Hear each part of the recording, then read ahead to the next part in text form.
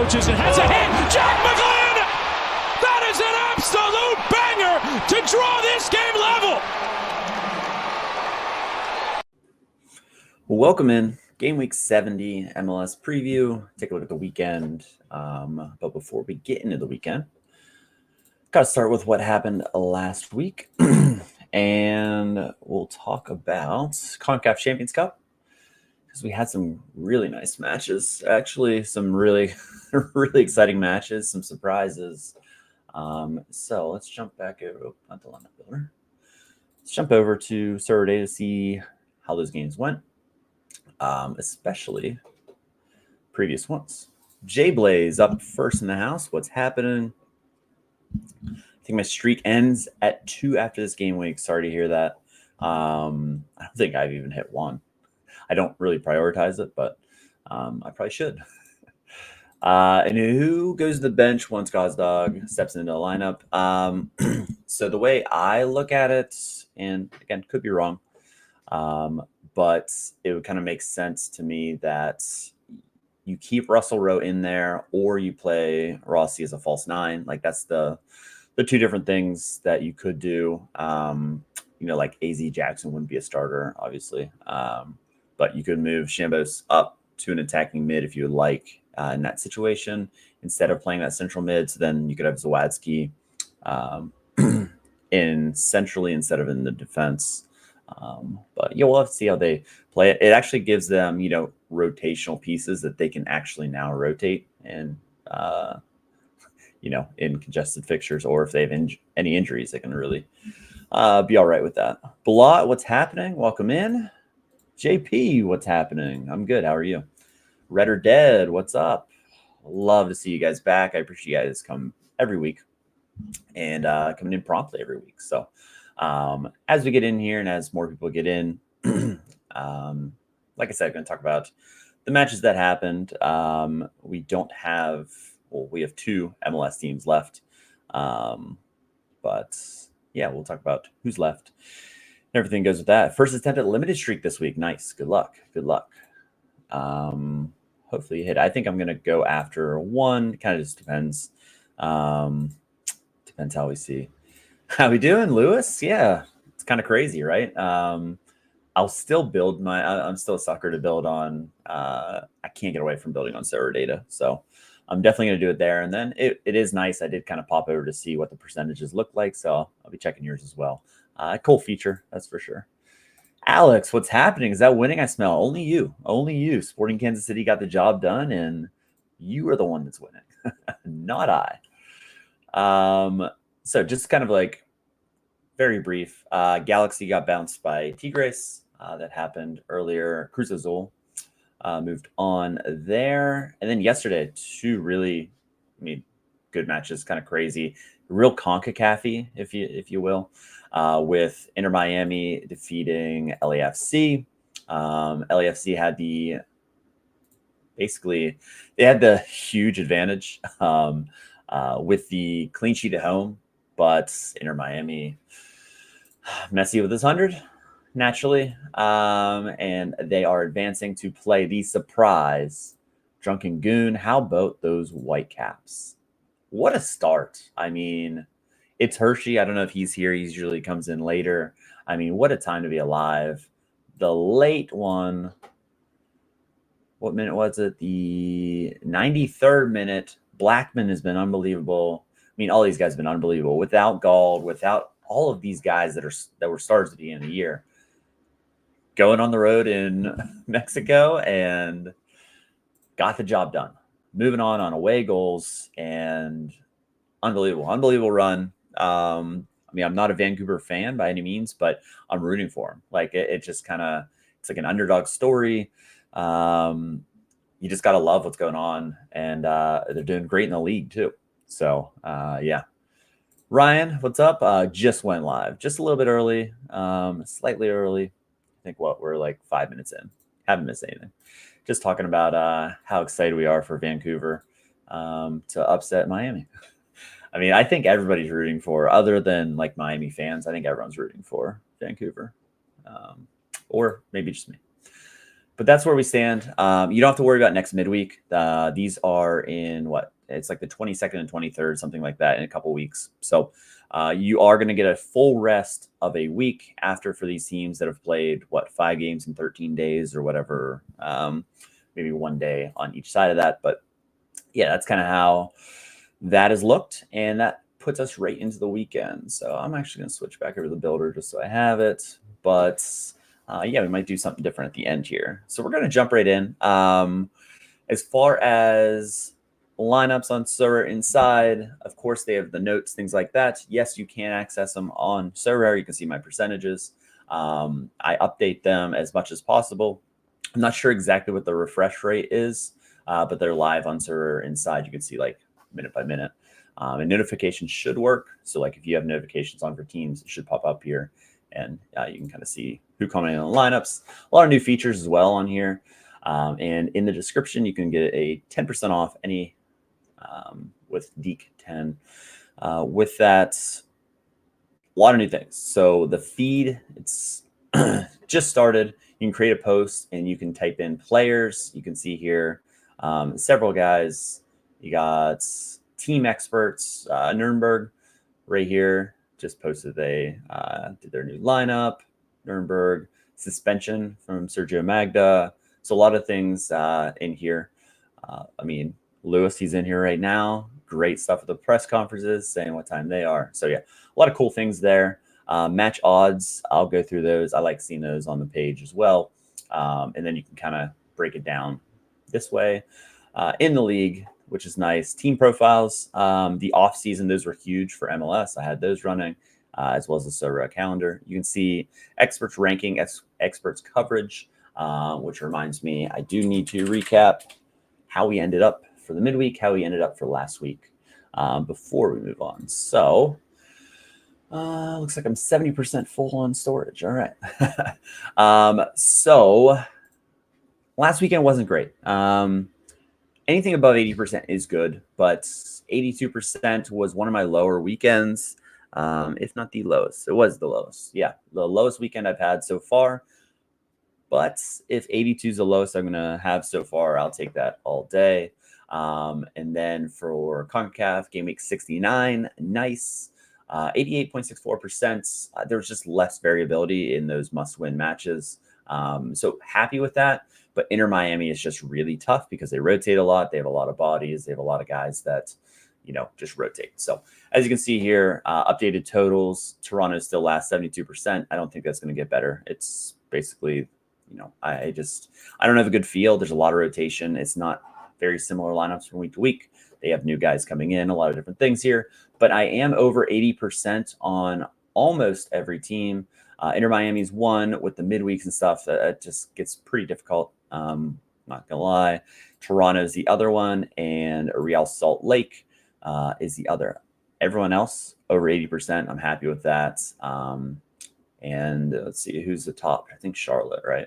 Charlotte's been the top. They've been pretty straightforward. They did have Diani start last match, so that was kind of the difference there. And I also had Ream at left back last time, so I did go 9 there, dropped it down. Then Philly 92%. I feel pretty good about that. Obviously, they're the team that I follow, so I would hope I'd be doing pretty well. But last year Philly was tough a little bit. So yeah, you can see this at any time. It's in my pinned tweet if you're curious. You're looking at my lineups and you say, how confident do you think I can be in this? You just look here, and then you can see which teams I have a better feel on and which teams that I struggle a little bit with, and kind of makes it easy for everybody to see that. So let's get right into it.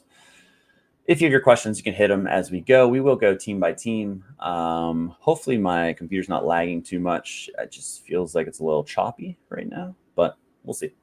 MLS, as always, it does sort by last updated. So these do change around pretty often with how they go.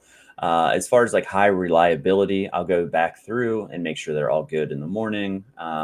Just any news, like right now, I tried to update as much as I could with news that I've seen throughout the day today. Basically what I'll do is I'll go through the beat writers that I trust for each team. I'll see all their tweets, see if I missed anything, and then kind of rehash that. There is some question marks, a lot of different places, and we'll get into those and start with Vancouver, who could deal with some rotation, but they don't have a lot of guys to rotate. There's a lot going on. So I'll go through each team. I knew I'd get a little heavy-winded at times, but I'm just going to go over like the key things that I think are important and to help you out with your lineups. And hopefully, like if there is, if I have somebody at 60% in the notes, I should have the reasons why. So you can always check those out on Server Inside. Injuries, obviously, that's what you want to look at.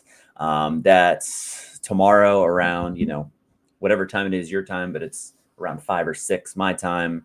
You get that availability report, and your heart kind of sinks whenever you have that DNP that just ruins the lineup, and it's just really frustrating. The midweek where you could kind of change your lineups was interesting. Thought that was pretty cool. Up until, I don't know if that's a solution, but like for me, I had hockey tryouts, and I was in the middle of tryouts whenever the Miami game was going off. Not that I had anybody, but calendar didn't start. It was pretty much a toss up for me. Tari did start. I wavered back and forth and ultimately changed the calendar. I didn't have a new star, and I wasn't going to buy him. But like in theory, I could have looked and then swapped in a goalie. I didn't have a goalie, but I had like Messi in that lineup. I had Noah Allen. They both put up around 100. Messi did put up 100, and maybe any goalkeeper there gets me a reward instead of a box. But you kind of have to be watching 24/7. With MLS, I usually am, so like that wouldn't affect me. But whenever you have like J League, K League, things like that, different time zones, it can kind of take people out of playing in those competitions just because you're at a significant disadvantage based on your time zone. So mixed feelings on that. I think it's cool because you didn't have any DNPs. If the DNPs you had, it was just basically your fault, which is interesting. But we'll see where that goes if they do that more often, less often. But something to look for moving forward. Okay. With Vancouver, so they don't have a very deep bench because they have a lot of injuries. They have guys slowly coming back, but like at certain positions like left back and right back, they don't have anyone. Bovalina hasn't played this year, so like they aren't using him. Adekugbe has been training this week. I would think he's off the bench if he's available, but it is positive that he has been training. And then on that right side, the reason I have Utvik and Halbuini, just as possible 3 at the back if they switch the formation up a little bit, but it just doesn't seem like they're going to go out of this 4-3-3. I mean, why would you? It's been so successful. I do have Sabi up there at 80%. I feel pretty confident about him starting. He should start based on he scored a goal.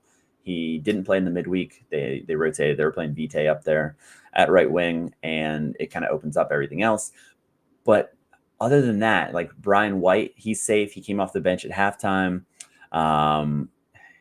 That's for sure there. Who would your 5 from St. Louis be? The striker situation is bad. Emerald, what's happening?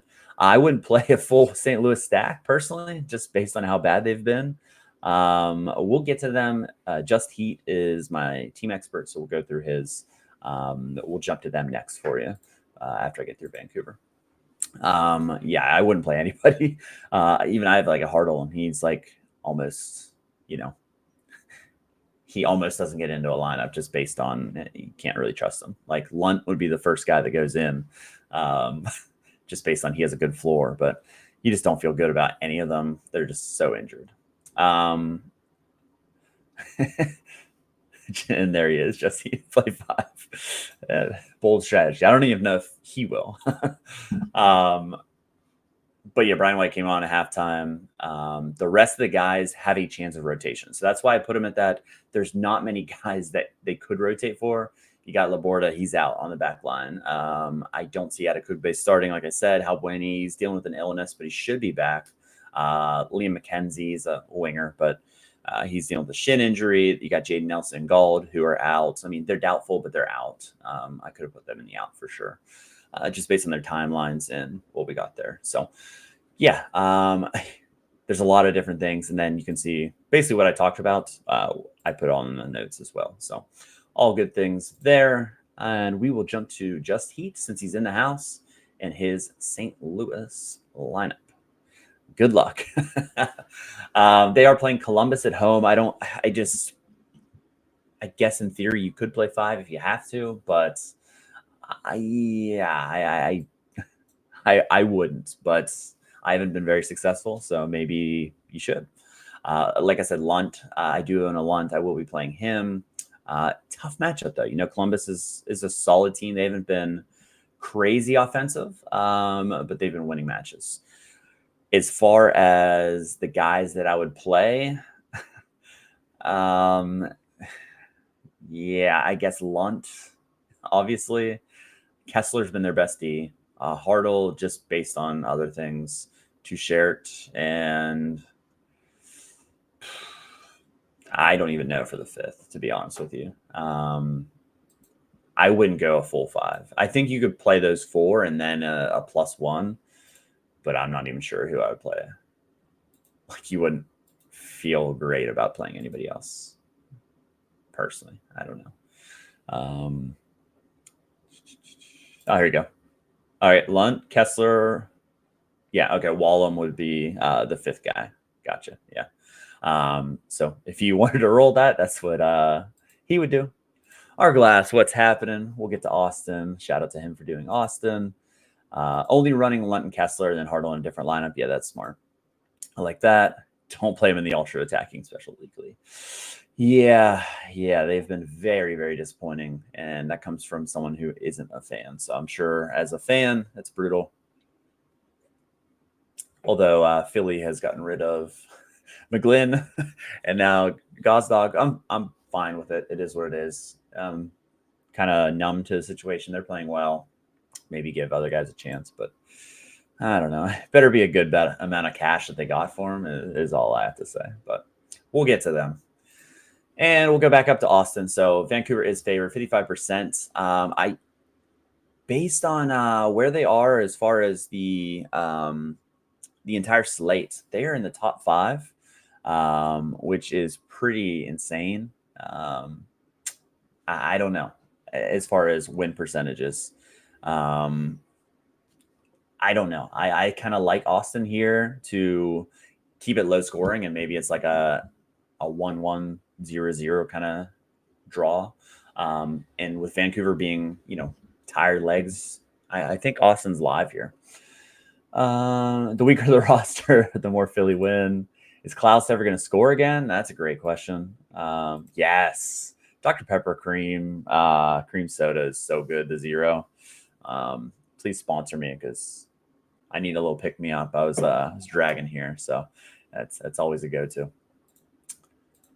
4 million plus. I knew it was several million. Okay, 4 million plus 500K in bonuses. You've only got them. Yeah. Well, good luck. Definitely good luck there. How do you feel about this primary? We have Stuver, Amador, McGlynn, Lozano, and Bouanga. Yeah, it's a good lineup. Solid. Blackberry 0. No, I haven't seen that. What's the other one? Strawberry I had. It was okay. Not nearly as good as the cream soda. I haven't seen Blackberry on shelves. Interesting. I would definitely try that, though. Definitely going to have to look at that. All right, so our glasses are expert here. The 2 guys that are out are Dessler and Rubio. And then Illy Sanchez had a knock, and he should be okay. He only has him at 10%. Yeah, I was going to say the same thing. He should be out of the lineup again. So it was rotation. Then he suffered a knock. That's why he's out back to back. So I think whenever he's healthy, it's not like he's going to be just a bench guy the rest of the time, is how I took that. Stuver and Biro. Let's go. Yeah, the Stuver Biro combo hit, which was nice from the article. You love to see that. I don't own either player, so I guess I don't love to see it, but I should own both players. Yeah, they were great. Yeah, that would be very MLS, and it might happen. It definitely might happen. Heinz Ike, he's been good. Svatok, he's kind of cementing himself as a starter. Yeah. Bukhari and Wood, with being a set piece taker, all that stuff. Savage, Pereira. Yeah, I really like this lineup. I think this is their probably best lineup outside of when Dessler's back at right back. But yeah, I really like that lineup. And I do think they have a puncher's chance here on the road. They've been really good defensively. They're tough to score on.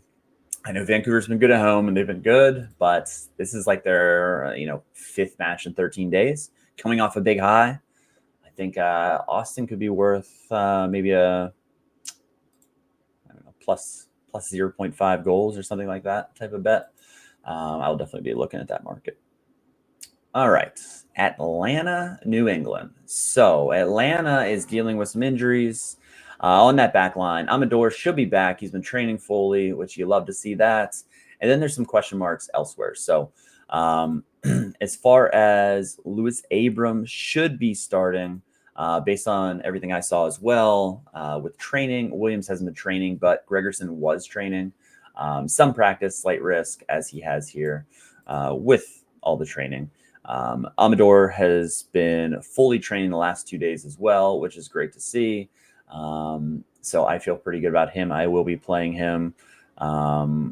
But yeah, Gregerson, even if and I wrote about this in my article because I like the dusty Carles Hill this week, even on the road, just about against this defense, they've just been conceding pretty significantly, 5 straight, although New England can't really score. But outside of that, the offense should do very well. Moranchuk should be back in there after playing off the bench. I like Miggy. Saba just doesn't score very well. He doesn't have much of a floor. And then Latte Loth should be in good shape as well. One thing to watch with them, Latte Loth's on a yellow card accumulation, one more for a suspension. We are getting to that point in the year where guys are already there. Jimmer Forey already is sitting for Portland due to yellow card accumulation. So keep an eye on those. Those can always creep up on you. And then if you play 5 without one, you get one removed, then you have to keep track of that, and it gets to be a nightmare. So, yeah. And as Ryan says here, Saba's so much better on the right. There's a real chance he swap sides. Yeah. All but one game has had a clean sheet in it for someone in an Austin game. That is insane. Yeah, that's crazy. The defense looks good. Austin as a whole, they're not going to score 4 or 5 goals, you wouldn't think, but they are just really sound. And I like what I see. I think they can be a dark horse to keep doing what they're doing and build some chemistry at the end, and maybe that offense gets a little bit better. I think they have the tools in the offense to do better, but we just haven't seen the goal production yet. That midfield, I wouldn't touch it personally. I agree with the low percent on there. You don't feel good about either. Just a lot of question marks there. And like I said, they're playing New England. You don't really want much of New England. This is AJ Allen, Rev Sorare on Twitter. It's Carles Hill or nothing for me. Langoni hasn't been good. Youssef hasn't scored that great whenever I really thought he had a chance in his second year to put up some good scores. And maybe you could play a center back like Ceballos or Fofana maybe. Or I have to play Ivicic just because he's one of my in-season keepers. But yeah, it's Carles Hill or nothing for me in this matchup. You're not playing Maxi Urruti, I wouldn't think, but yeah. Shankale might be available off the bench. That's something to keep in mind how that looks. And Campana is back in training, so maybe those 2 pieces helps out the team significantly. And as he says, and he concurs, or I concur, since he wrote it, good luck running anyone other than Carles. Agreed. Moving on.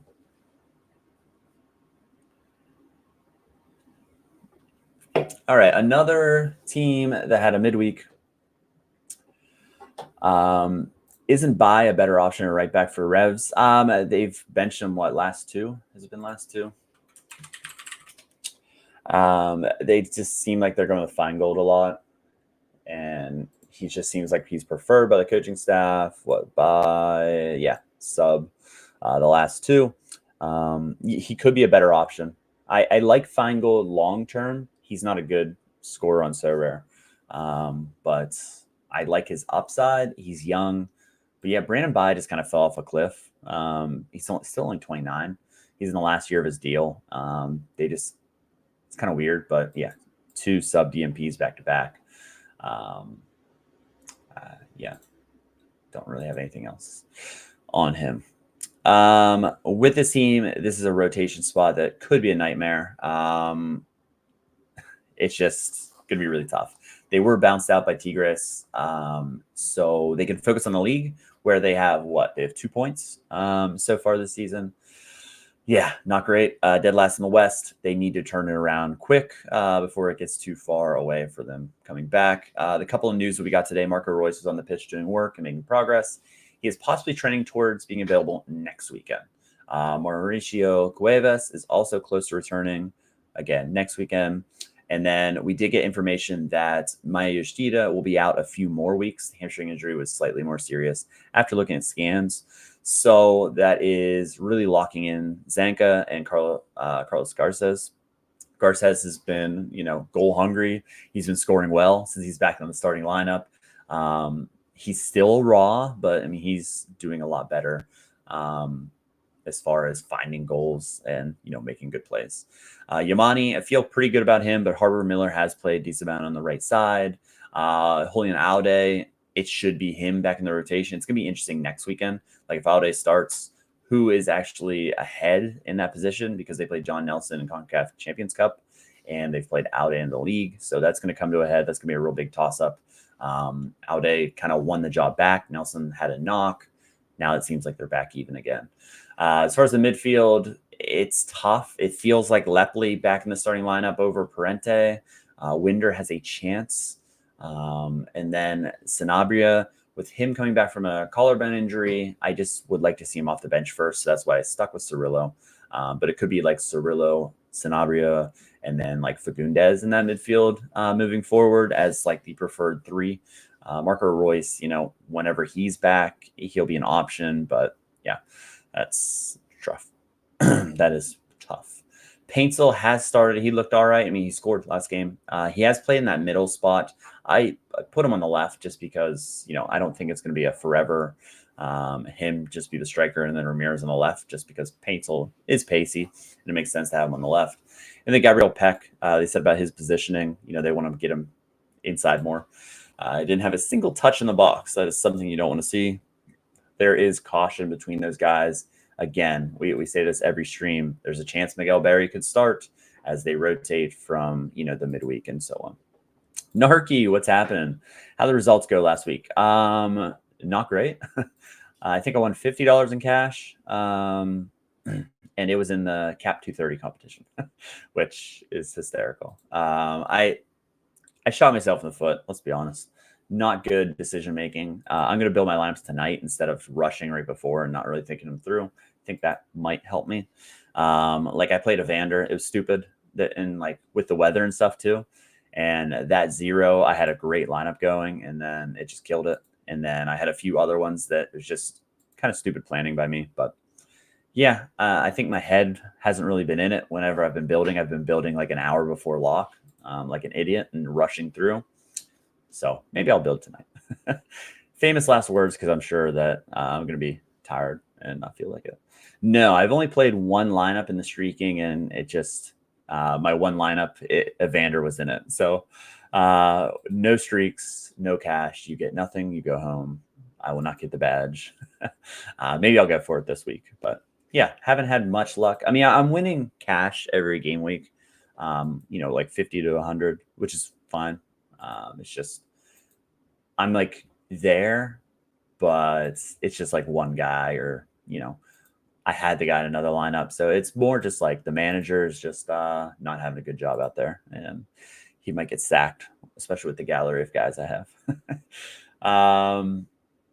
Especially whenever John Polskamp gets a clean sheet and you play him in 2 lineups and he scores what do you have, 90? Getting 3 essence, yeah, that's rough, man. That's rough. I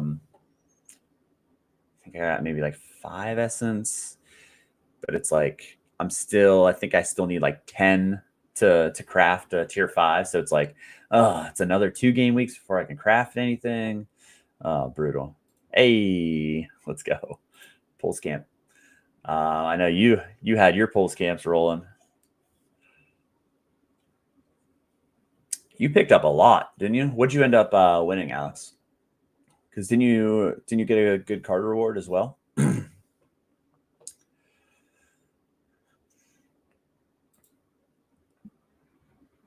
All right, Houston. So Houston, ooh, tier 1 rare and $50. Let's go. Who's the tier 1 rare?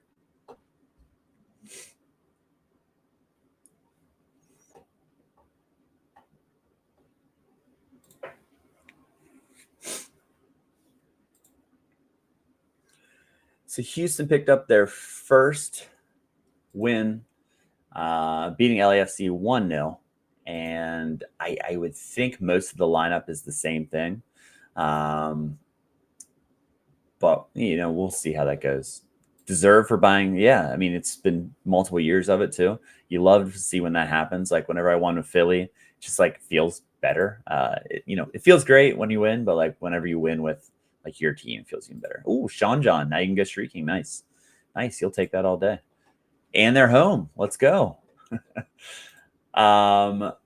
They did make a change. So as far as Junior Urso, he started at left center mid. And instead of McGlynn playing there, McGlynn played on the right side, basically at a right mid role, which changed it up. They won. I don't see how you don't go back to it just based on them winning. Ladero was the casualty from the starting lineup. He was out. And then, Barlow coming back, Awodasu just kind of, questionable if he's the guy. And we'll kind of see there. Linger, the new DP signing, still needs a visa. He's in Houston, but still needs a visa, so he's still away from being in the lineup. And they did pick up Jonathan Bond. He will be in the mix. And, I mean, I remember him from 2 years ago with the Galaxy. He's okay. You would have to think with Maurer being back soon, allegedly, that he challenges for the starting spot. Gillingham had a clean sheet though last match. He played well. Yeah, built in SKC rare in season around him. Surprised a good run of fixtures. Yeah, Toronto does have a good run. Montreal finally playing their first home match. We'll see if they can turn it around a little bit as well. They actually haven't been that bad, but yeah, at least they got a goalie that's solid in 5'9". True.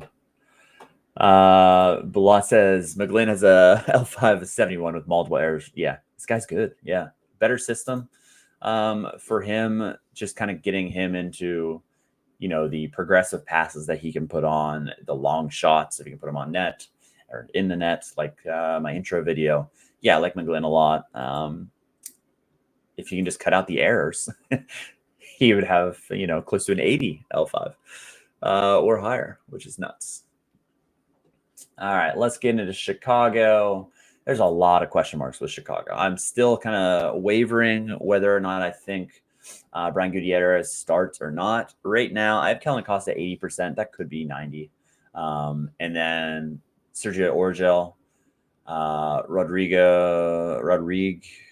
Kouami, and then Gutierrez. I have all at 60%. I know you don't love to see that. And I don't have Gutierrez as the starter just because coming back from that lower body injury, maybe he comes off the bench, maybe even 45 minutes or 30 minutes, 45, something like that. Kind of makes sense. But at the same time, he could start out of the gate for sure. We don't really know. All we know that he's been fully training all week. Jonathan Dean is back training. And the back line is going to be hurting. So as far as right back, it could be Dean right back in the starting lineup, or it could be Justin Reynolds again. And then at center back, Carlos Terron's pretty locked in just based on the injuries that they have. Both Sam Rogers and Jack Elliott were not training, as well as Barroso. So all three guys pretty doubtful this late in the week. I don't think they're going to be in there. And the quote that we got today from Berhalter was between Omar Gonzalez and Chris Cups for that starting role beside Terron. And Cups, I believe, is 16 years old. So that would be very interesting. You have Omar Gonzalez, the veteran, or a 16-year-old that could possibly start. I'm leaning the veteran. but I would kind of like to see that 16-year-old start. I think that would be awesome for Cups to get his first career MLS start. But yeah, a little bit dangerous there. And especially going against Miami, I don't know who's going to be in this Miami lineup. It's going to be very tough, as it has been. Will Messi play?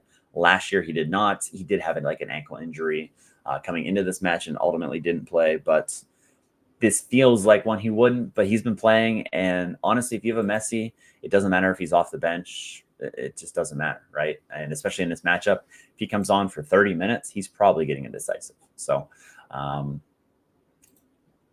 based on that, we'll jump into Miami. 43% to win. Surprised it's not a little bit higher.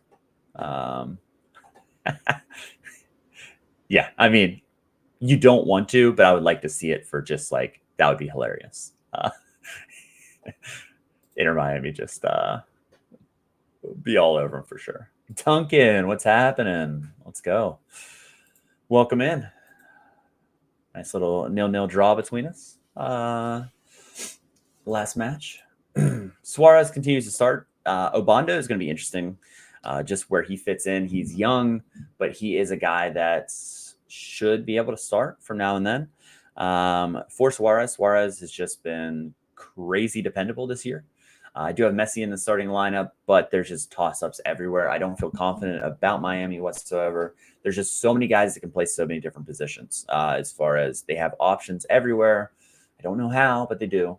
The only ones that I kind of feel confident about would be Sergio Busquets, who was out, and Aviles, who is out. And it's like the rotation is he goes every other at that right center back position. So that's kind of what I feel strongly about.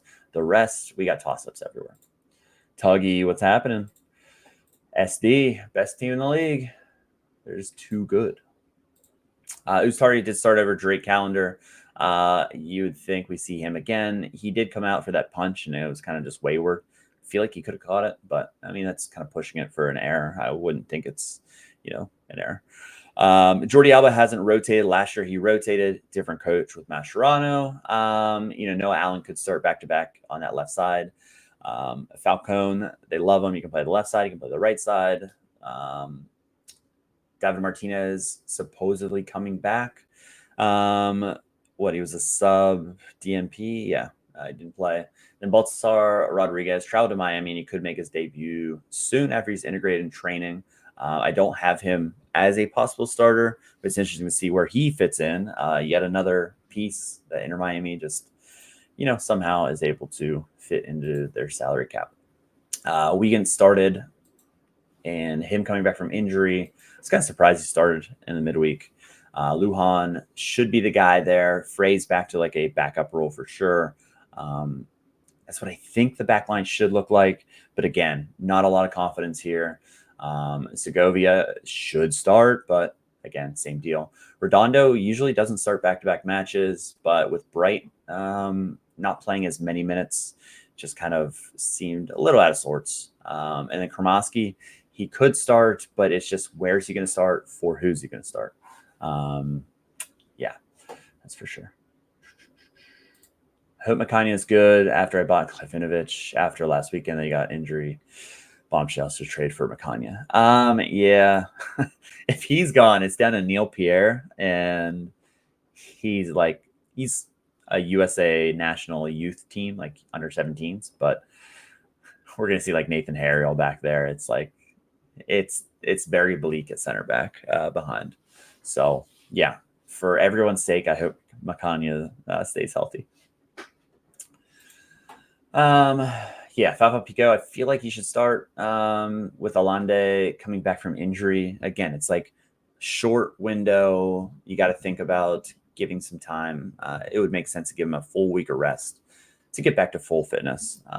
But just this could be, I could get 6 right here, or I could get 11. It's just kind of, this feels very risky for all these players, for most of these players, not Busquets, not the guys that I said about.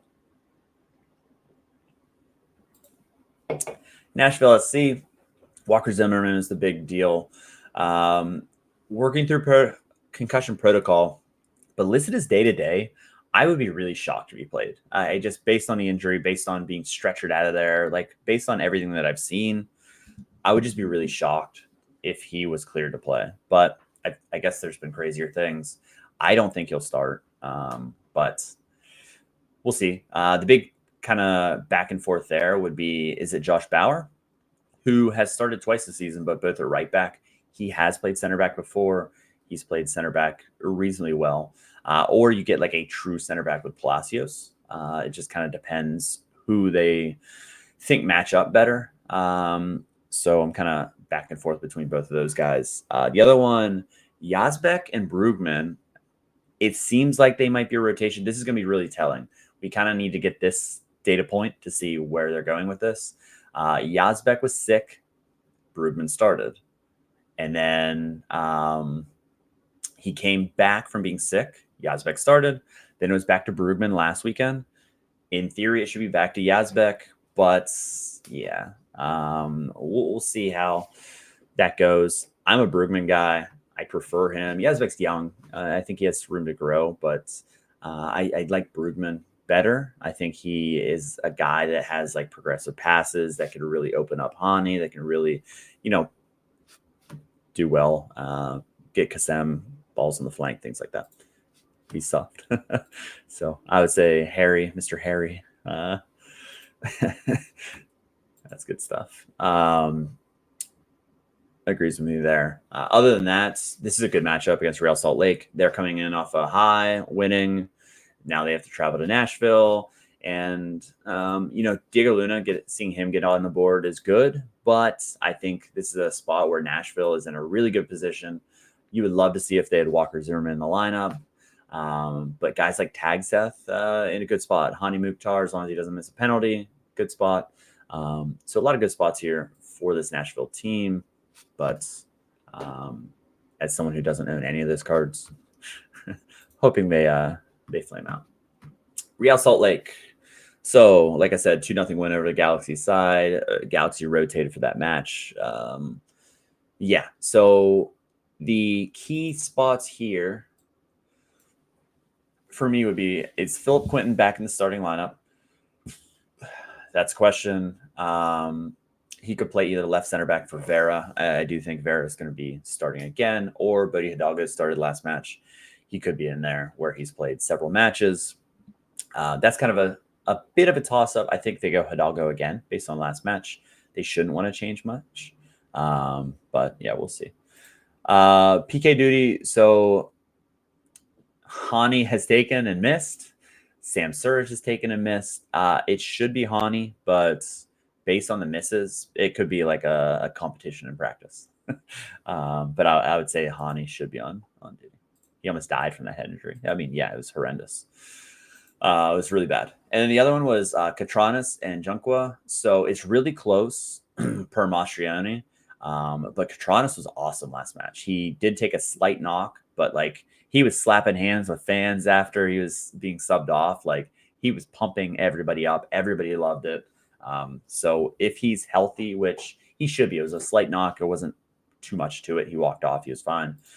I think he's going to be the guy that starts there just based on that. Outside of that, they have a striker coming in, most likely finalizing. So they won't have to deal with either Pule or, even Ajago played, he played for the second team. That's why he was out of the squad last match. A lot of iffy spots there. You like the 3 here. Mark 6, all right. I mean, he's solid. He's okay.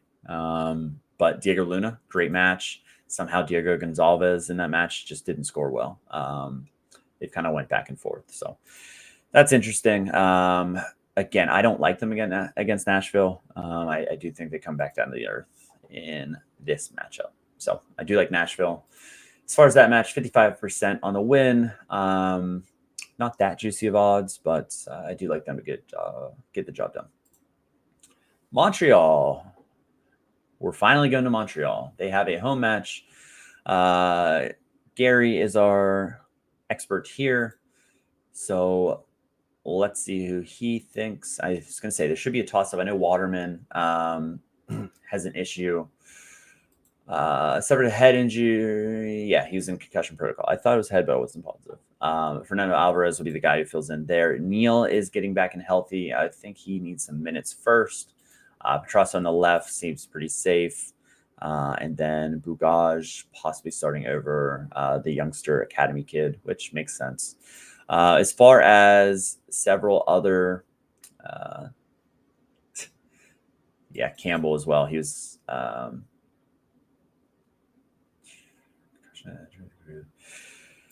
was going to say Vrioni. Yeah. Vrioni was the one yesterday that he apparently got hurt again. So he just has not had a good start to the season whatsoever.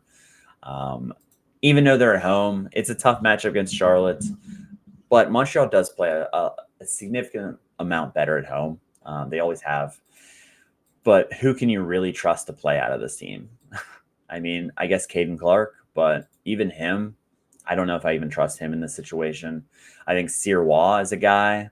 And then as long as Campbell is fit, I think you can play him. But outside of those two, I just really don't like any of them for Sorare. For Sorare terms.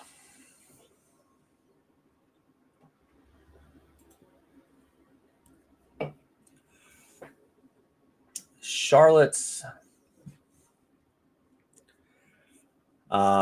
with Dion starting last match, that was a little bit interesting. A little bit different setup. I don't think he's going to go back to that since Diani came off at halftime. It's not that Diani didn't play well, but they were down 1-0 and they ended up winning 2-1. So it worked.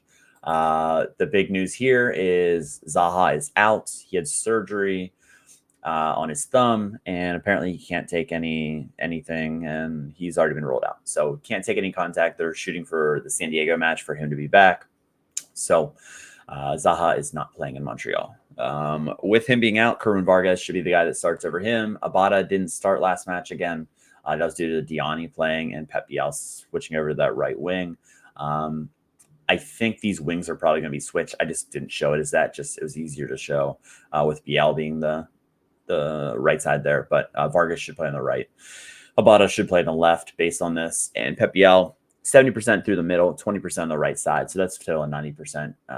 The only other thing there is Doumbia still playing the left back. Is Privet still out of the lineup? That was one that I missed last game week. I thought that Privet would be back in after his red card, but they kept him out. So it seems like they do like Doumbia as that guy on that left side. We'll see what it looks like in this lineup. And then the other one, I do have Ajiman at 60%. That might seem super low, but his current form, Giorno, but he's Aidan Tokoromadi, or however you say it. Toklomadi, sorry. He scored the game winner, and he has a goal and assist in 110 minutes over the last 3 matches. His form compared to a guy who can't find the back of the net, it might be a time to maybe give him a start, to just maybe have Ajiman come on the bench fresh for like 30 minutes against a tired defense. We'll see how that looks. I do still lean Ajiman, but we'll see how that goes. All right. Moving ahead. FC Dallas against Seattle. Seattle injury prone. FC Dallas.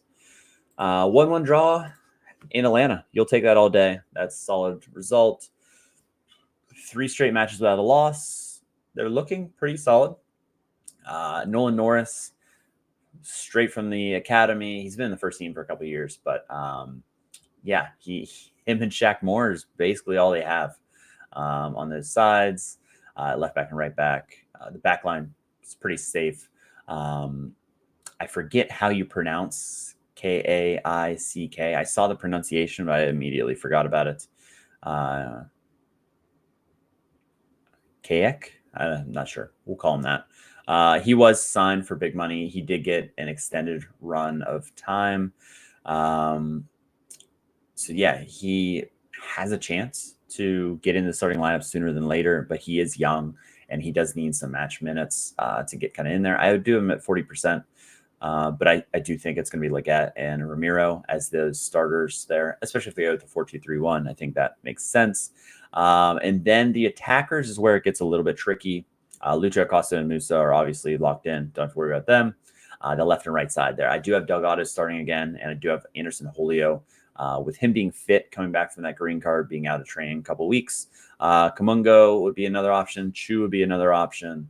But yeah, I'm leaning Delgado and Julio on the flanks, left and right mid. So that's what I'm going with FC Dallas. Seattle has some question marks. So the big thing that I took from Schmetzer talking earlier this week is he said about a formation change.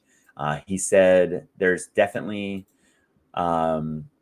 talks of a formation change due to current form. So with that being said, I think the most likely thing that they would do is go back to a 4-2-3-1 that he normally has played over the years.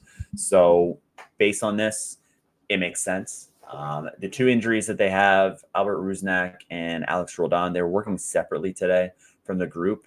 Just based on that, I just feel like they're not going to be in the starting lineup, or maybe not even make the bench based on this.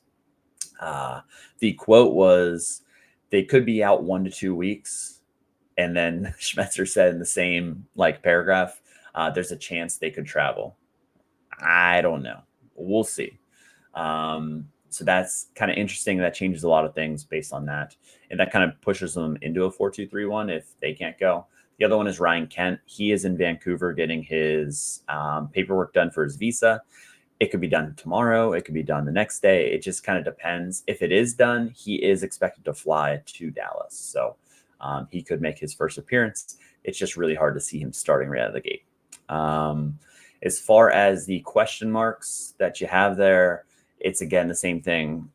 Christian Roldan, is he going to play centrally or is he going to play a right mid position? With Pedro de la Vega getting rave reviews from everybody in training, he seems like he's good to go. He did come off the bench last match. He should start, in my opinion, with Jesus Ferreira and Rothrock.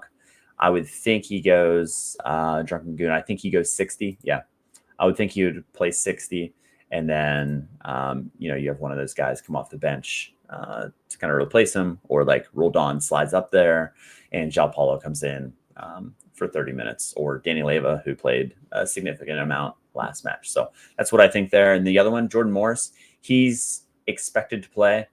He is fully training and ready, was the quotes from Schmetzer. Whether that means will he start out of the gate or will Manungu start again?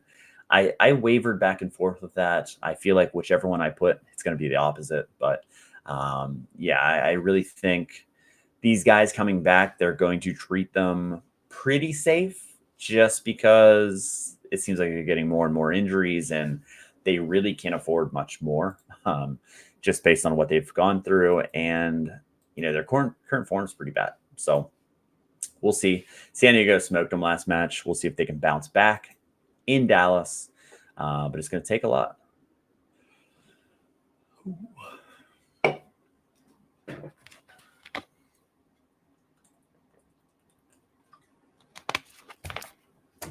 All right.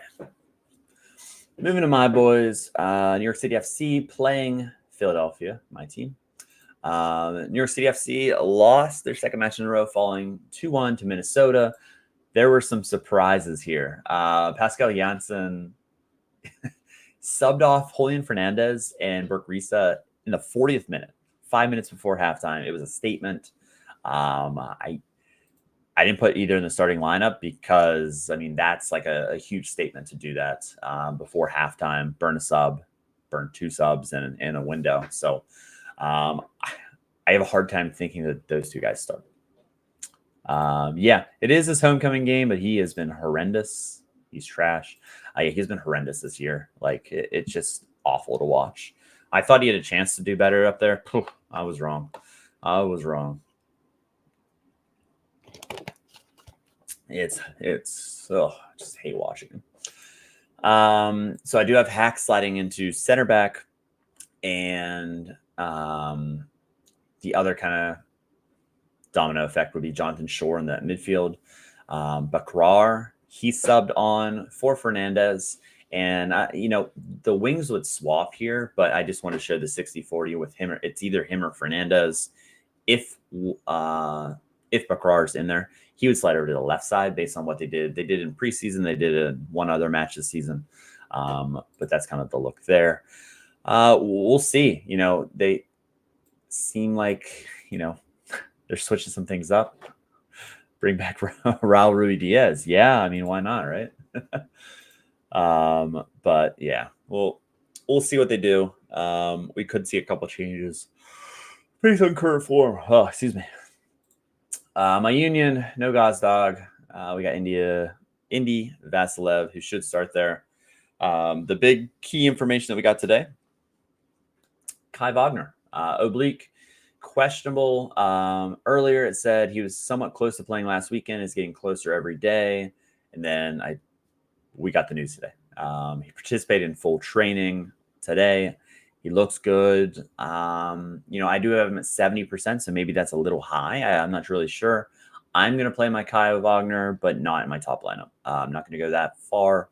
Being on the road, it's not the worst matchup.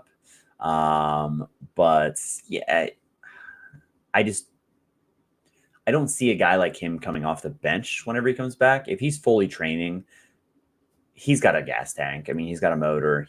Should be back in the starting lineup. I would think that's the case. We'll see. But as of now, I feel pretty good. Yeah, about that. Why does he need an oblique? Yeah, good question. Yeah, he's fully training. He should play. It's always if you know the player type of thing, and like watching Philadelphia, the entire time he's been there, of course, if he's healthy, he's playing and he's starting. It's not, he's come off the bench a few times in like CONCACAF Champions Cup, things like that, but it's just, this feels like he's going to start. But going off of, fully training, I don't know. That's how I think. The other one that I kind of went back and forth on, but I feel like that could be Damiani. He struggled a little bit. Obviously it was a 0-0, so nothing happened there. But Damiani started over Ura. And if it was kind of up to me, I think they will rotate a little bit. I still think Ura is going to leave in the summer window. He's at the end of his contract at the end of this year anyway, so I think they will try to move on from him. Or this will be his last season. He does occupy a DP spot, so they, I don't know if they'll buy a DP, but a good chance to get rid of him with that. But I do have Ura getting back in the starting lineup with Damiani coming off the bench. I think it's going to be a rotation till that summer. I do have Kevin Sullivan as the 20% here. I don't think he'll start, but honestly, he might be one injury away from cracking the starting lineup. As crazy as it might sound,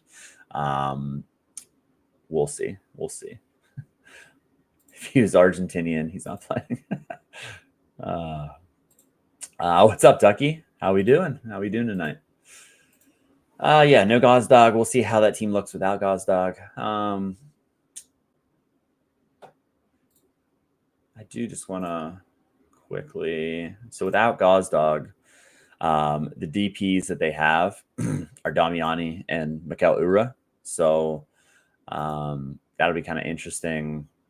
They have that opening. Will they go out with the cash they have from McGlynn, with the cash they have for Gazdag? Will they make, something happen, especially if Ura leaves in the summer? Maybe they pick up two, but it's just not like the Philadelphia Union way to do that. So it'll be interesting to see what happens. That's for sure.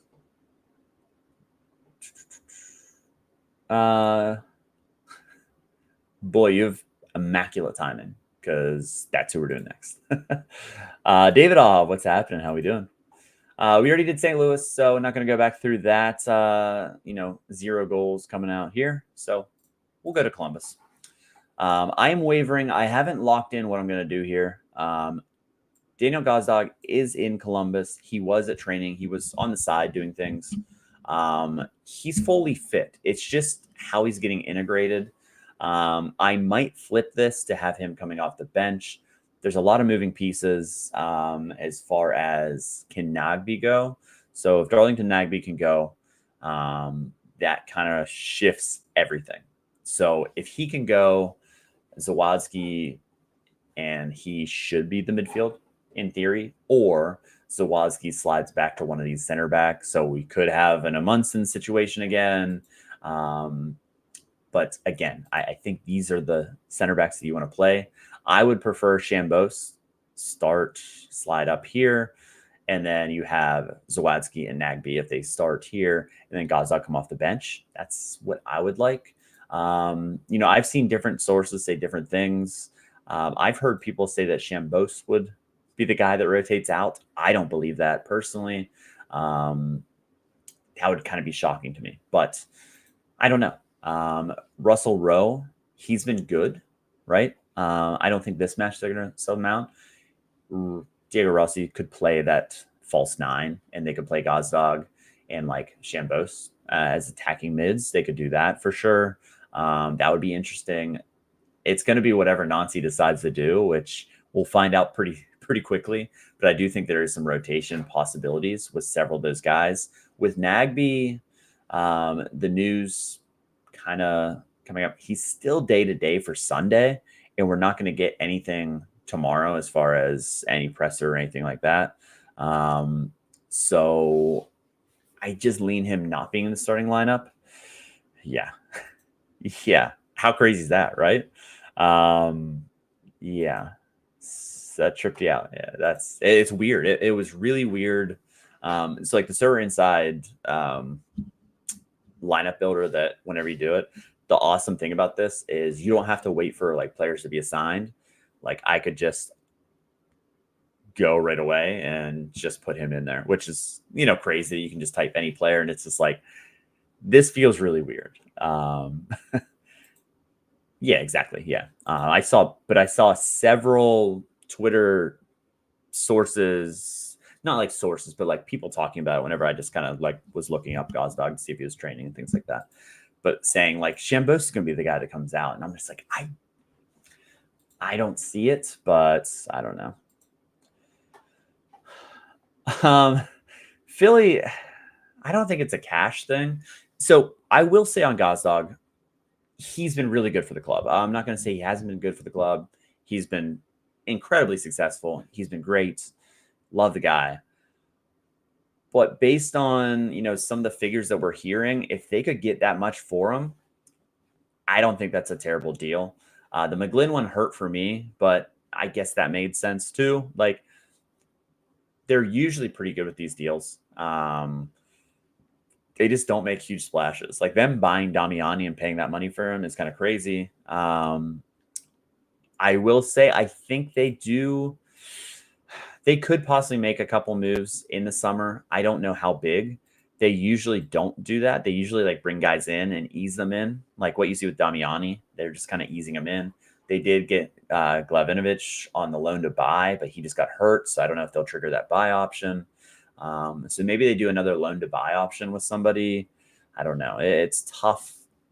I think with the depth concerns with getting rid of some of these guys and some injuries, summer they should get somebody, or they'll just promote within.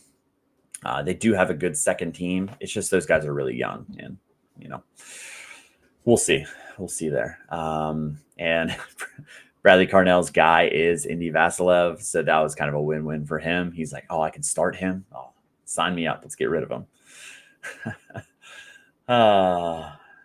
Love being a Philly fan. DC, this is Danya's team.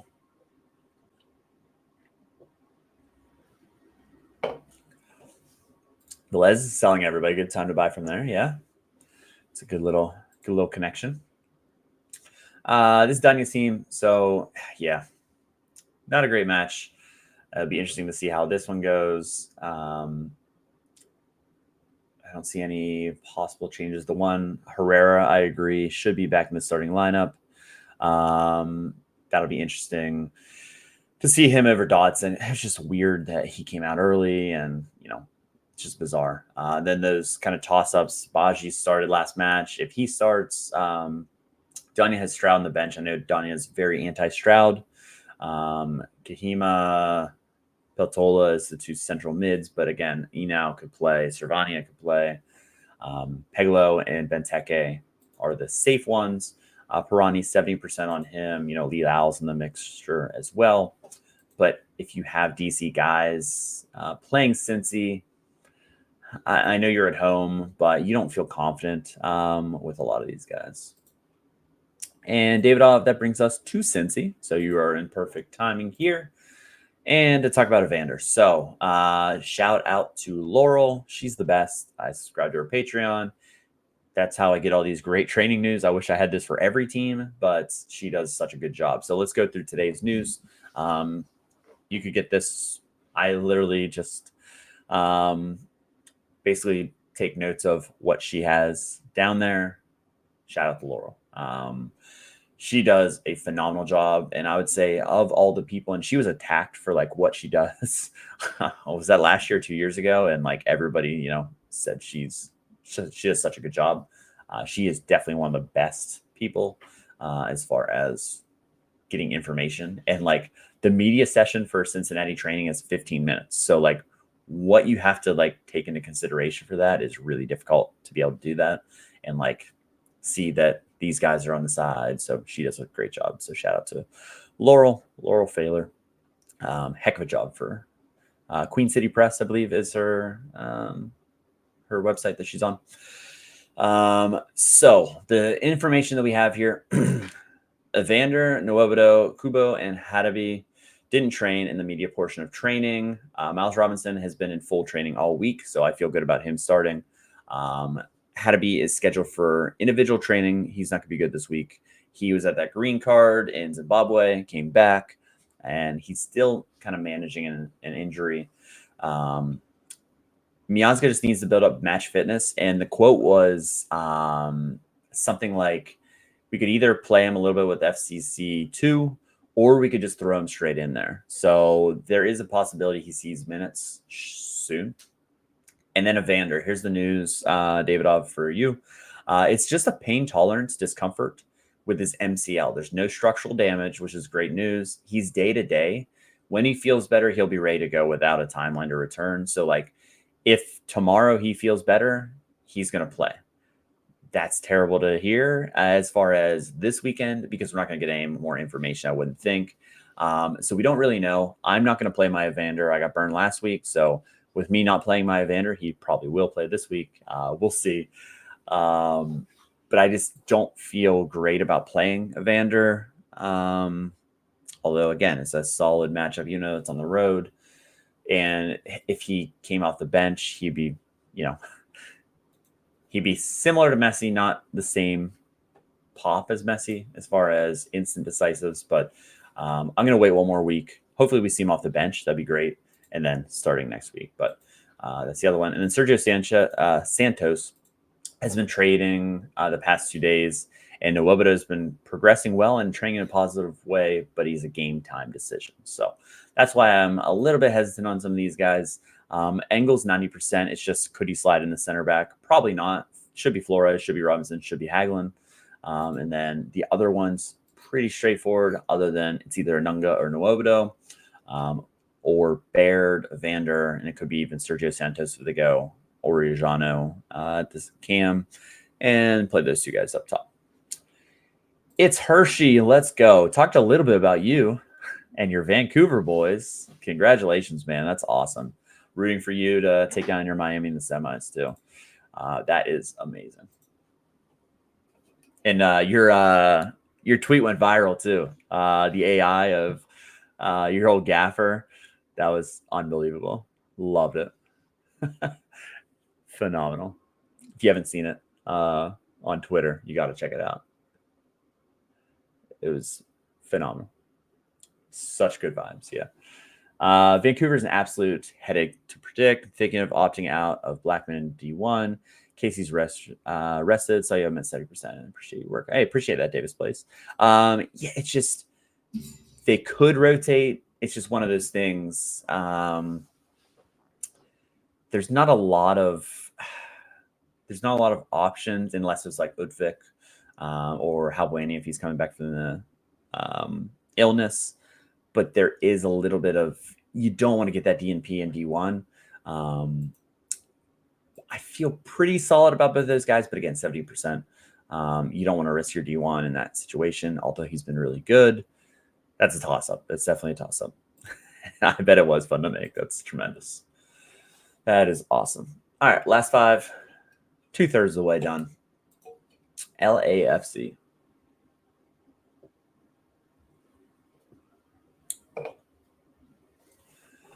Uh-oh, logged out.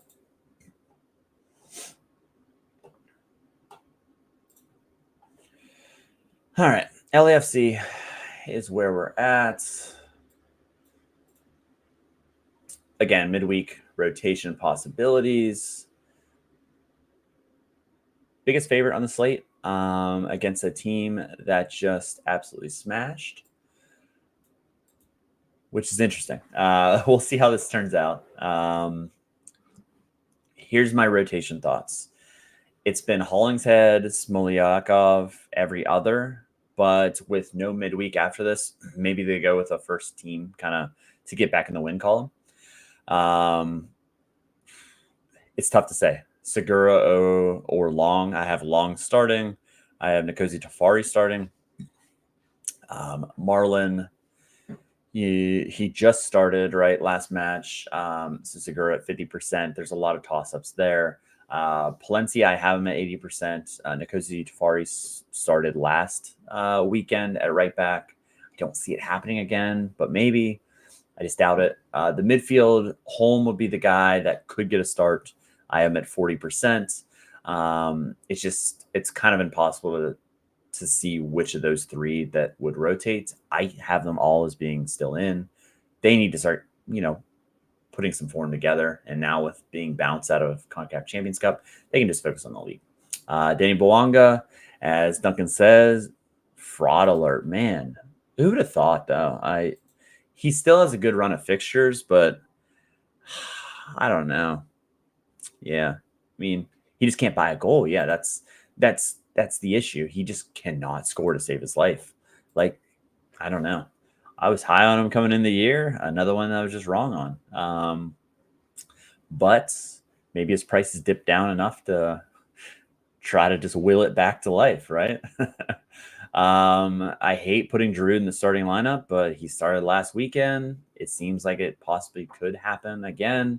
Or Ordaz. Tough one. That's for sure. And then David Martinez, I have him starting with him not playing or not starting in the midweek. It just makes sense for him to be in the starting lineup. He's too good not to be a guy that gets into the starting lineup. So I do have Under as the guy being rotated out. And as I say on every stream, let's just play a 4-2-3-1 so you can play them both. Play David Martinez in the middle. If you're new to the stream, I do this every time. You could probably drop either Tillman. I like the profile of these two playing together in a midfield of 2. Igor Jesus be like the 6 and Delgado's the 8. Then, you don't have to play Giroud as well if you don't want to, which would be phenomenal.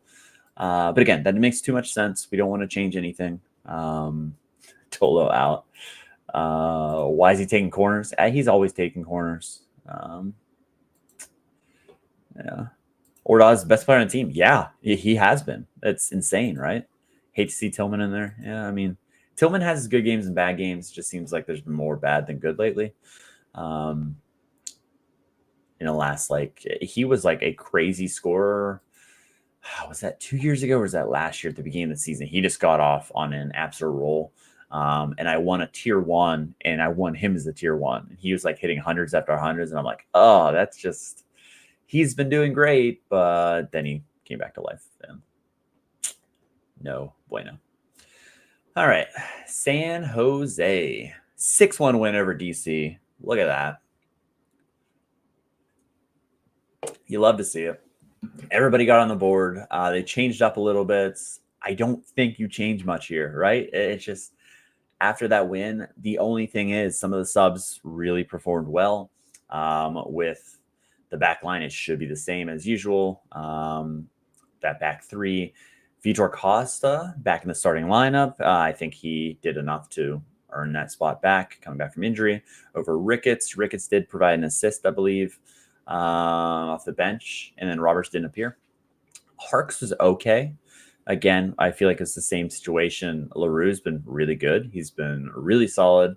I think he has the edge over Harks and K. And like out of the three, feel confident in him, which is crazy because I really didn't even look at him to start the season.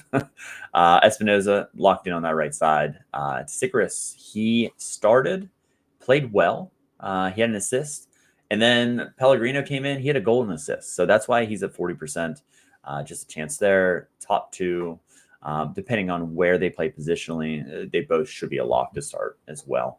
With Josef Martinez and Chicho Arango. So, yeah, interesting to see if they can get a result on the road against a team that's reeling a little bit. Outside of they did beat Inter Miami 1-0 at home, but in the league, haven't been that locked in. All right, Toronto against Minnesota. Check out Toronto.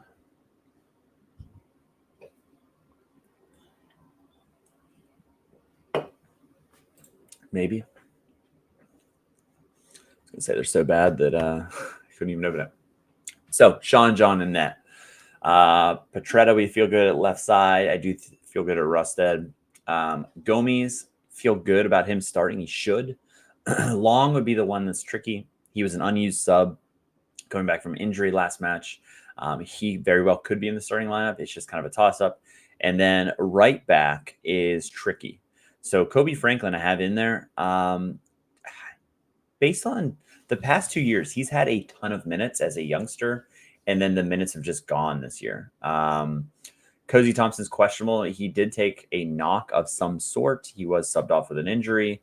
An unverified post said he was out 4 to 6 weeks. I've never seen a tweet from this person. I don't think it's an insider or anything. I don't know. But he wasn't at training on Tuesday, and we haven't really had much of an update since on him. So he's very questionable. And he hasn't been performing very well either. So it's kind of a double whammy there.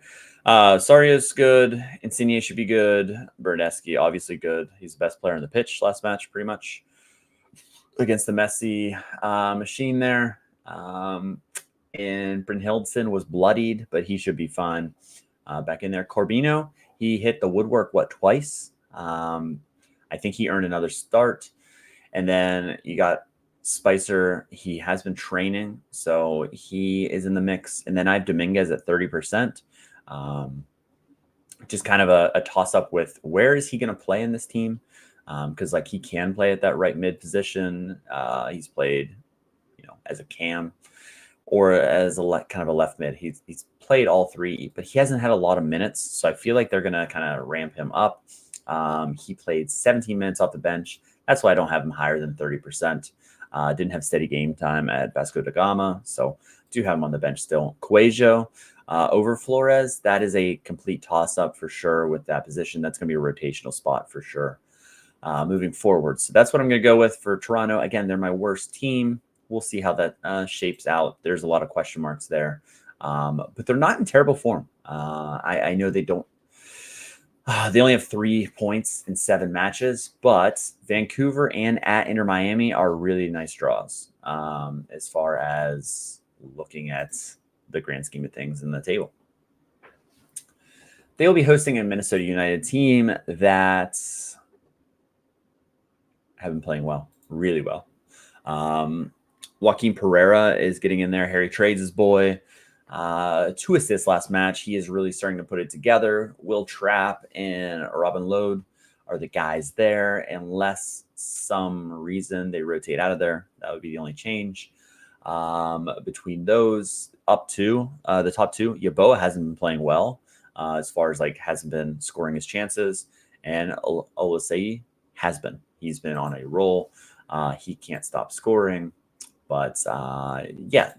Eric Ramsey did say that he wants to keep a rotation of 17 to 18 guys.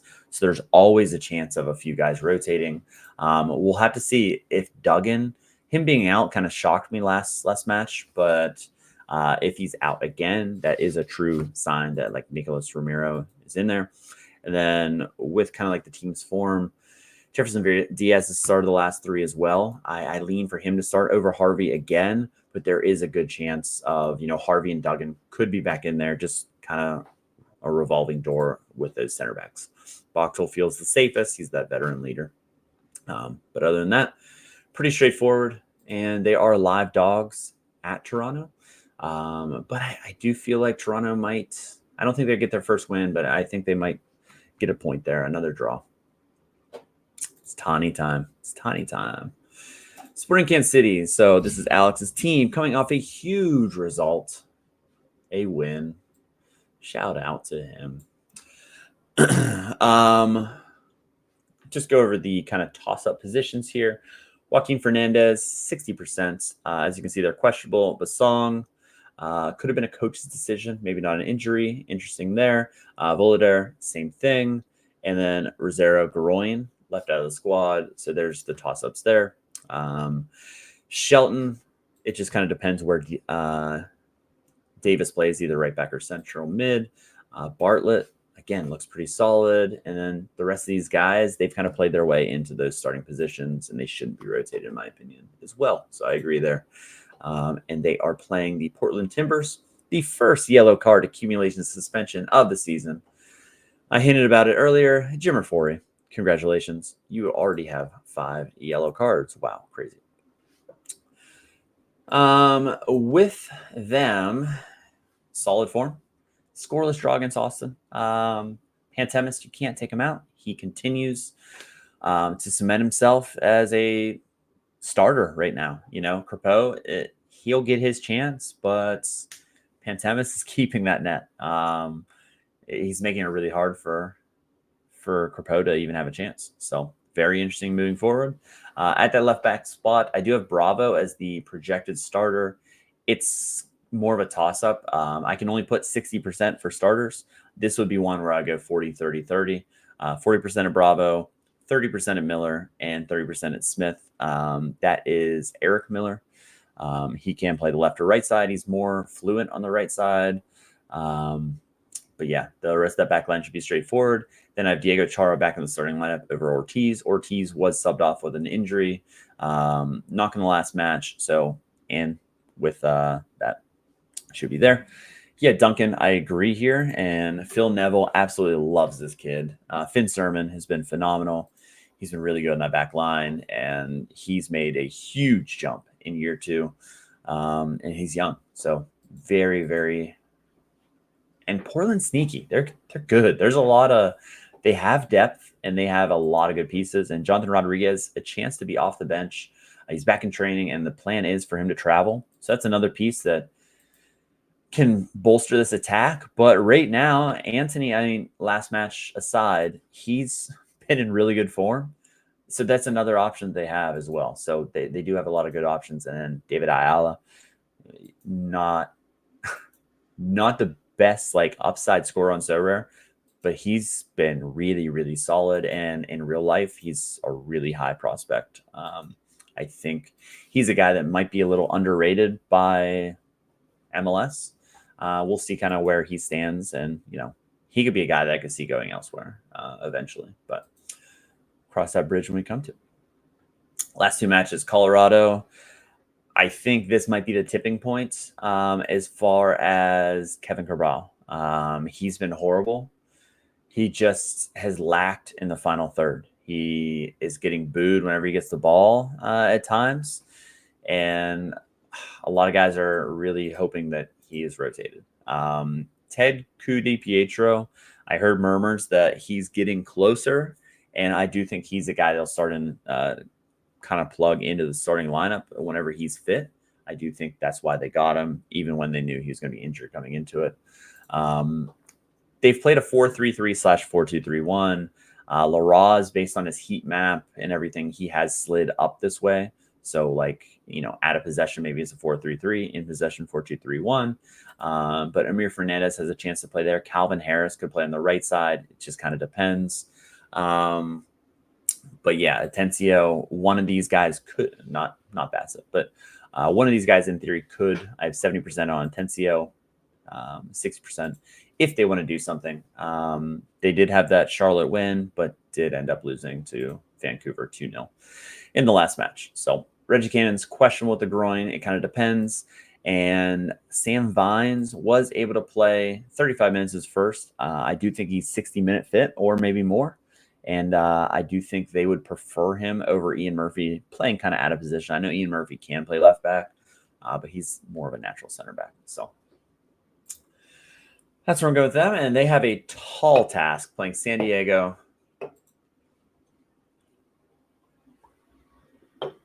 Tuggies boys. And I mean, the lineup kind of picks itself. Heavy D, what's happening? Rosenberry's washed. Yeah, he's a vet. He's a club legend.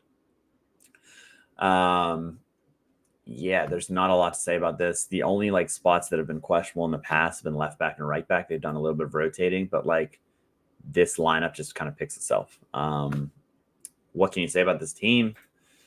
Yeah. Very interesting. Reyes coming back is another option, but McVay's been in good form. I don't see how you can get him out of there. But yeah. Yeah, Yvonne. Elevation will be an obstacle. Yeah, definitely could be with a team like San Diego that doesn't have a super deep bench, but it's really hard to pick against them right now just because they're in such good form, and it doesn't matter home or away. They've been traveling well. But like, yeah, the odds say Colorado is a slight favorite, 42% compared to 37%. We'll see how that goes. And the last match here, good because I'm kind of losing my voice. Orlando City. The kind of no one saw coming, at least I didn't see it coming, was the two central guys but not being in there, Gerbetz and Thorhalson starting because Atuesta and Cesar Araujo both felt tightness late in the week and were held out as a precaution. So that's everything that I've seen. Everything points to them being back. The other one is David Brecalo starting at left back over Rafael Santos. Now we've seen this twice with Rafael Santos being rotated out. Last time was Kyle Smith. But we'll see. Rafael Santos started the match after that. We'll see if that's the same. I'm interested to see what you think, Dunk. Do you think that Brecalo at left back here? Because I know that this formation is, it can obviously shift to three central backs with Freeman pushing up and then like Angelou on the left side. But are you thinking, will you see Rafael Santos, or what's your kind of vibe with the team if you had to decide between the two? Because I'm always interested to see what like actual fans of the team, because I'm just like a neutral that tries to look at what I'm seeing, but obviously I can't follow every team to a point. He has been, yeah. That is a fair point as well. He just hasn't been good. Previous seasons, he's been good for decisive, especially with the attack that's been so hot. He just hasn't been a part of any of it. It's all been funneling down the right side or a Hato. Great matchup. I know defensively, Red Bull New York they're good, but I don't know. Sanders should be at home. I think clearly is more attacking upside. That makes sense. Yeah, that makes sense for sure. I might flip that. Yes, that makes for sure. Straight up crazy what's happening. Thank you in advance for the in-depth team predictions. Going to watch from the beginning of the AM. I appreciate that. Love it. Yeah, they need to be more defensive. Yeah, that makes a lot of sense as well. Yeah, Atuesta and Araujo not being in there made a lot of sense. So thank you for that insight. I appreciate that. I probably will flip Santos and Brecalo, probably 60-40 the other way. Kind of makes sense. Everything you said made a lot of sense. So I appreciate that. Yeah, last one here. Andy Black, what's happening? I hope you didn't hear the St. Louis talk because it was not positive. Last team, New York Red Bulls. Couple question marks, as you can see here, based on a lot of things. So they made some crazy rotations. I did not see it coming. A formation change and, pretty much a lot of different things. Sean Nealis was not in the starting lineup, so there's a toss-up there. Noah Eiley should be pretty safe. Hack being out of there in this 4-2-3-1, it just Hack doesn't seem like he's in there. He's too slow. I don't know. So it's tricky. Tim Parker starting. I didn't have that on my bingo card. I'm not going to say anything bad about Tim Parker. I like him, but just at this point in his career, I do think Omar Valencia is starting again. Dylan Nealon seems pretty locked in on the right side, whether he plays right wing back or right back. Edelman, and then Felipe Carvalho started his first match over Stroud. Stroud's been really good. He's been several assists, but they have him for a loan to buy option. And I believe it runs out in end of June. So I do think they want to get a good look at him to see if they want to trigger that or not. Sofo started last match on the left mid side. It could be Carmona. And then you got these two guys, obviously pretty locked in. De Goma, it's just, if he can stay healthy, he has a lot of upside, and he looked good last match. But again, Dennis Gengar could play there. It's just kind of a toss-up between the two of them. So I don't feel very confident in this lineup. There's a lot of unknowns, especially if they don't play a 4-2-3-1. That completely changes this formation as well. So a lot of uncertainty there. But the guys that you want to play, in theory, Forsberg, I don't know. Who else are you really playing? Isla, probably. Outside of them, at Orlando, it's not the best matchup in the world by any means against an attack that scores. But maybe you want to play some of those other guys. I just don't know how confident I would be in those. So that's a wrap on those teams. I don't know. I told myself that I would build my lineups tonight. So maybe if I wrapped it up here, that would give me enough time to actually do that. Whether or not I do it and just put it off until the morning like I always do and then complain whenever I build bad lineups, I'll probably just do that. Always down for an excuse. I don't know. Something about like just talking for like an hour and a half just kind of puts myself to sleep. So hopefully I don't put you guys to sleep. I appreciate everyone coming in here and hanging out with me in chat. Do I want to look at maybe just one? Got 2D1 still. Oh, wow, that's very zoomed out. Let's go with that. I do have 2D1s, so just kind of looking at possible options. I do like some of the away keepers as far as I like Salentano against DC. I like Schulte a lot against St. Louis. Just, I don't know. I'm not sure what his floor looks like against St. Louis, but I do like the outside 27%. I think it's a little bit higher. But who knows? Maybe St. Louis just goes off at home.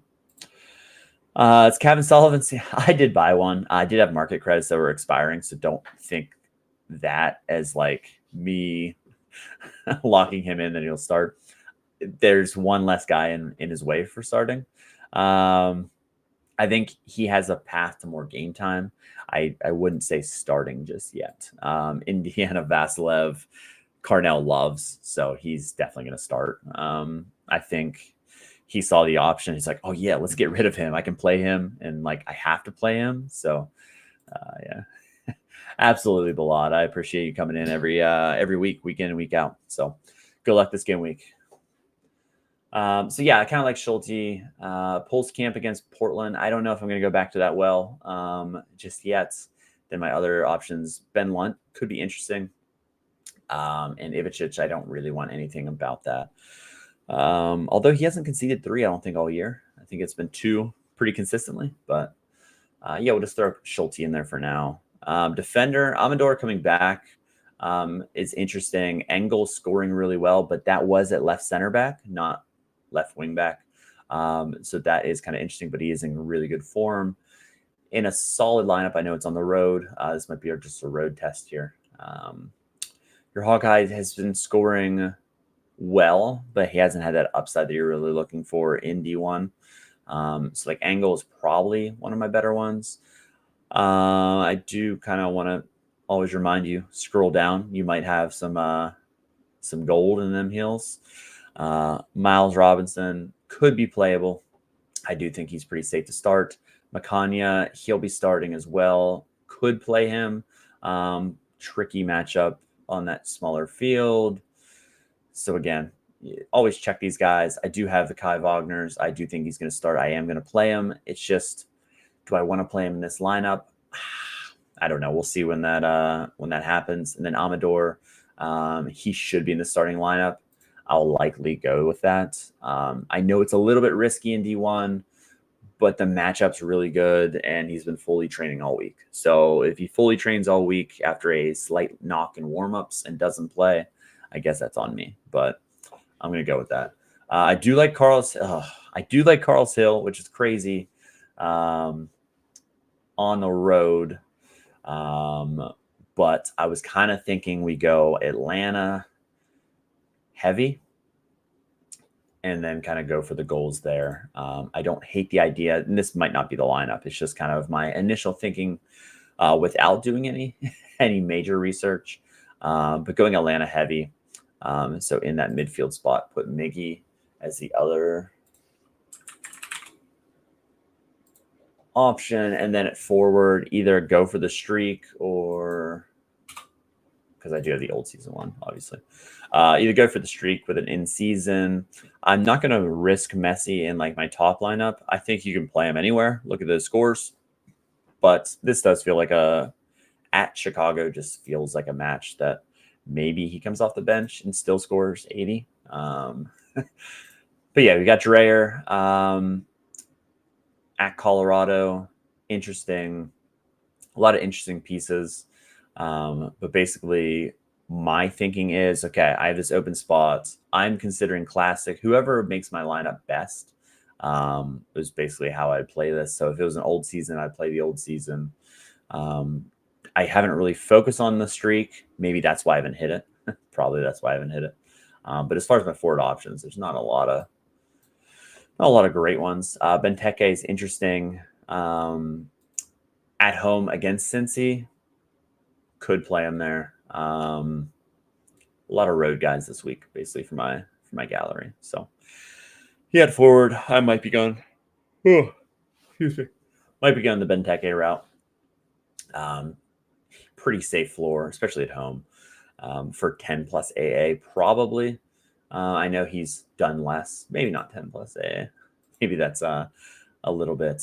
He did have 10 plus in a 6-1 loss, but yeah, maybe I do something like that. But at the same time, is that a lineup that could win it all? I don't know. That's my gallery doesn't really line up with this game week that well. But like I said, I like Carlos Hill, so maybe I'll throw a Hill elsewhere in my second lineup. But yeah, we'll see what I end up going with. Whatever I pick will probably be the wrong thing to pick. So whatever I do, I would advise against it. But we'll see. All right, we're going to wrap it up there. I appreciate everyone for tuning in. And if you're watching it back, I appreciate you guys watching it back as well. If you haven't already liked the stream, I always appreciate liking the stream. And good luck this game week. Hopefully you guys all smash it. And hopefully whenever I'm looking at that D1 leaderboard in MLS, that we see a bunch of familiar faces in here. And I hope you guys enjoy your weekend. See you guys.